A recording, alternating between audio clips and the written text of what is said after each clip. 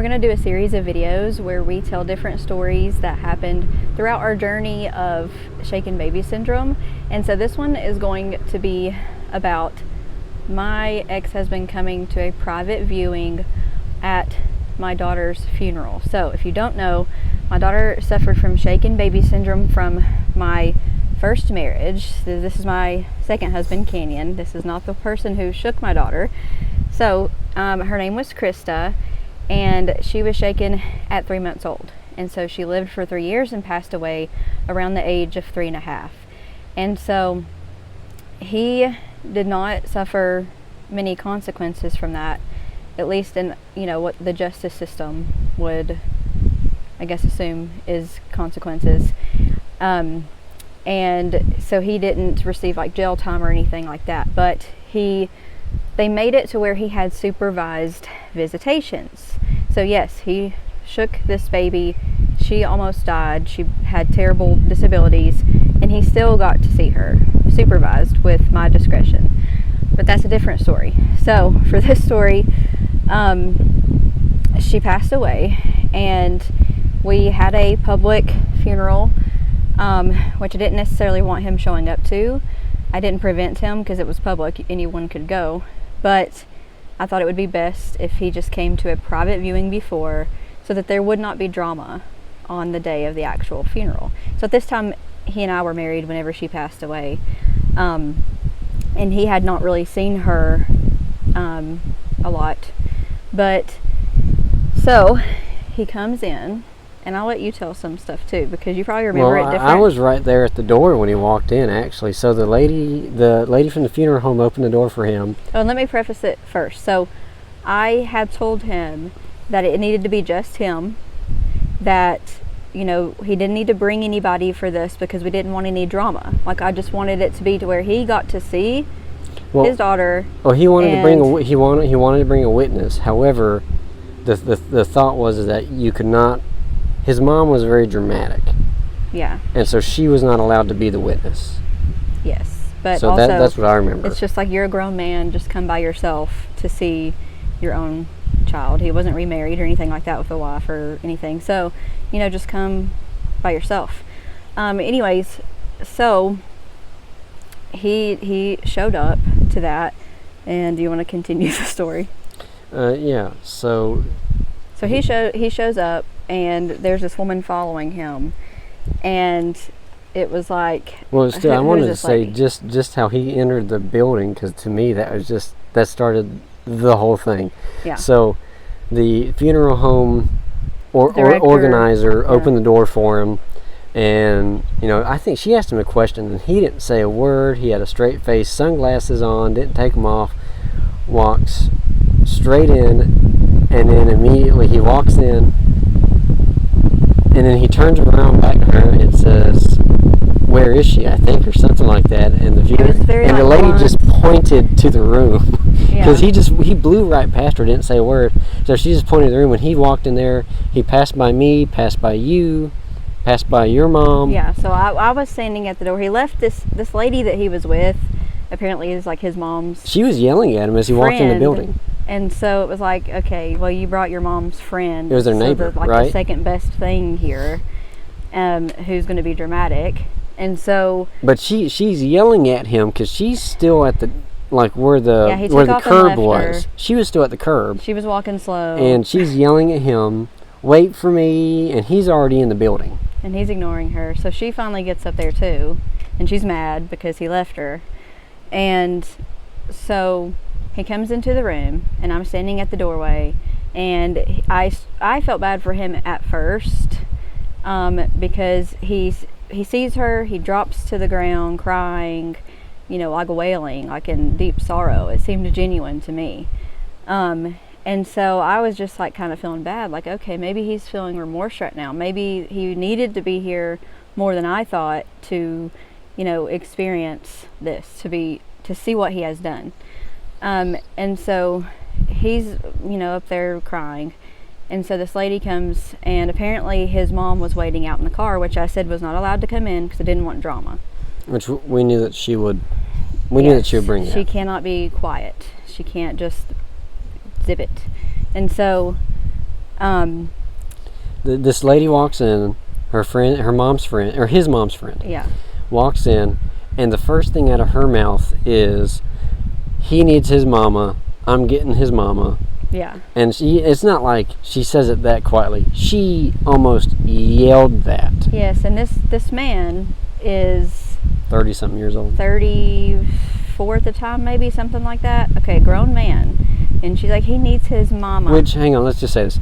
We do understand that it is very painful to lose a child because we have done that. Yeah. So, him being, like, I understand that concept. But it wasn't him asking for his mom. Like, it would have been a different conversation. He was not communicating to any of us at the time. He was in his own moment. He was having his time. Yes. And this and neighbor... it could have been uninterrupted.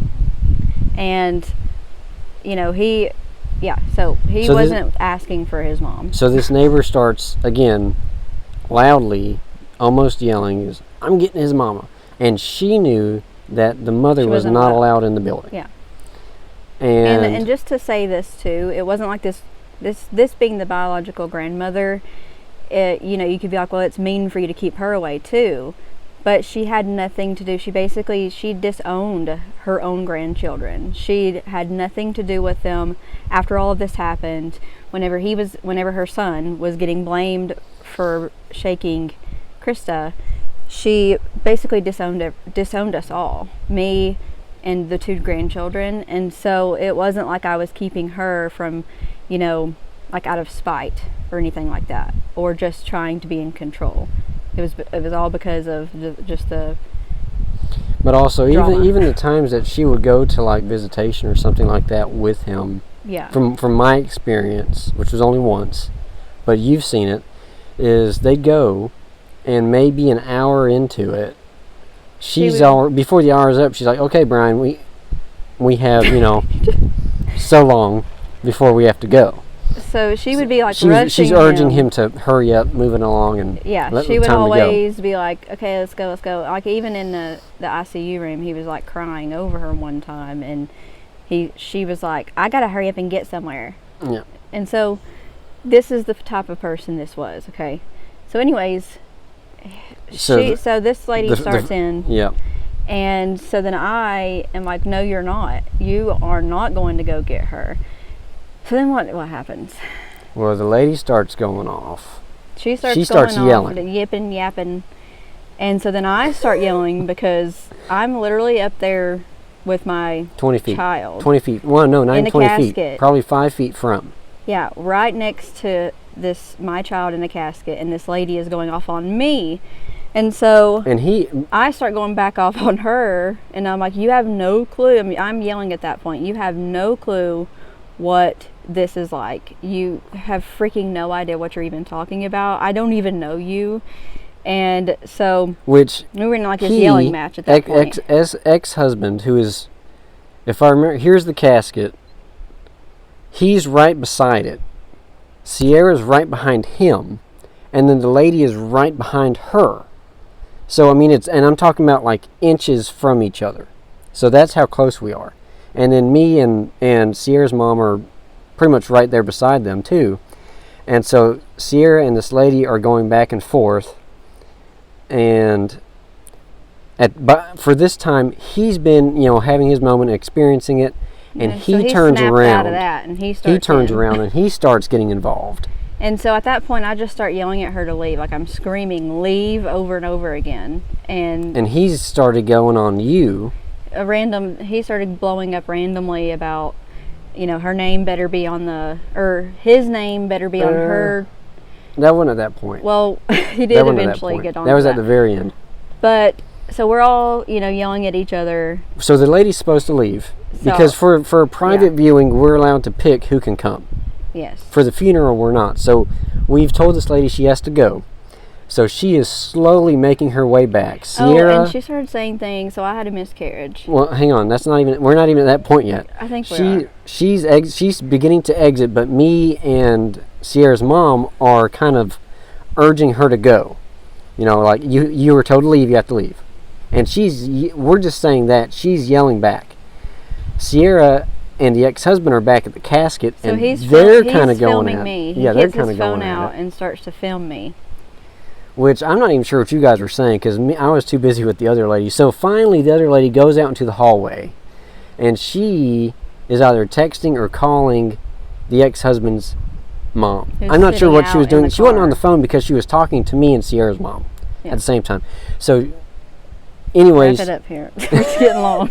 She starts talking about how Sierra had an abortion instead of a miscarriage. Well, she's like, and then I told her, but so I had a miscarriage with him, and we talked about that publicly, and so how this relates to this, I have no clue. But so she's trying to throw everything she can. Sierra, from inside the, I guess you'd say, sanctuary. We're in the hallway. She hears me start yelling because at this point, before this, I hadn't been yelling. I was, you're told to leave, you have to leave. I was being stern. I was not loud. She heard me yelling because I told the lady she needed to get out. Yeah. You're in the hallway. You're not out, and you got to get out. And at this point, the funeral home director comes down the hallway too because they were there in the doorway, just kind of watching and listening. And they told her she had to leave. So she finally walks out. He walks out. And then not politely. I mean, there was still some yelling and stuff going on. Kind of started going on about. Well, he walks out. My name better be on the stone. He walks out. He walks back in, and then he starts. That's pretty much all he said. That was his ending. He walks in. He was so concerned that his name wouldn't be on the stone, where she's buried at. Well, he also. And I just said, fine, if that's what you want, fine. But he doesn't want his name to be told to anyone. Well, no, he doesn't want it revealed, so I don't know what he thought by putting his name on her stone. Well, what it was the last name, wasn't it? He didn't want my last name on it. Well, he ended up with a step-parent adoption, and so he actually legally adopted Krista and her older sister. Yes. So legally, her last name ended up turning to Cook from Hunt, and so. Which everybody already knows that. That's public information. Yes. Krista Hunt. I know. And so it went. So, anyways, that was his main concern as he was leaving, and I just said, "Fine, if that's what you want, then sure, I'll see that your name gets on there, even though why I don't know." But so this big dramatic story. Do you want to talk about the other part? What? Court. What about it? I don't remember what they said about. Oh, well, I don't know if there's gonna be a different video. They took the videos from this. This is just like a real quick side note. They didn't play them in court, though. They took the videos and they were going to try. When we went to step-parent adoption court, which was to take the rights from the biological father and give them to Canyon. Yeah. They were trying to use this situation against me in court to say that my character was bad, and so my character was bad that day. Okay. Well, let's say this too. I was next to my child in her casket, and you were going off on me. Yes, I can admit. Well, let's say this too: is in step-parent adoption court, your character does not necessarily have anything to do with whether or not you win the case or lose the case. Yeah. Because they kept bringing this up the whole, not this specifically, but character, the whole time. So they were trying to show. I'm trying to wrap this video up. They were trying to show the videos of me yelling or whatever. And it actually made them look bad too. So but ultimately, it had no bearing on the case whatsoever. Yeah. But what they also said was that we did not permit him to go to the actual funeral. Yeah, is what I was saying. So his lawyer asked Sierra while she was on the stand, so you did not allow him to go to the funeral, and Sierra was like, he was allowed to go to the funeral, and you're saying that you didn't say he couldn't go. We never told him he couldn't go because the funeral is public, so you're allowed to go. No, anyone is allowed to go. Yeah, that was all the court drama, which we can tell that story, the step-parent adoption. So anyways, to wrap this up, this was a story that we experienced through shaken baby syndrome and all this, crazy things that happened. The drama that happened. And so we're going to continue just telling these little stories because, you never think about these things happening. And I know that this happens a lot to people in these situations, especially when you're going through child loss, because it's just a very dramatic time and traumatic time. But we're here to share these stories just because, I guess, for your entertainment, but for also to just talk more about shaken baby syndrome. Letting you know what people who experience this. Yeah, what we go through. What they have to deal with. But I mean, that's involved with anyone who has a child with an injury that's caused by the spouse or something like that. Yeah. Because you have to deal with that spouse for like he didn't go to jail. He still had visitation, supervised visitation. So it's to help people not feel alone. Yeah, in their situations. But also just so you can kind of sympathize with them a little bit as to what happens behind the doors that they might not see every day. So when you come across someone who has a similar experience to shaken baby syndrome or some kind of injury to their child at all, you can kind of understand that they're going through a lot, and you would never imagine this happening to people. Because here's the thing too, just real fast, he had supervised visitation. That doesn't mean that Sierra couldn't say he couldn't see her. She had to let him see them at times, certain amount of times every month, or he or she could be taken to court for breaking his parental rights, even though he's the person who harmed her. Yes. So that's something that's another story. Let that sink in. Yeah. Okay. Okay, so we'll see you on the next video.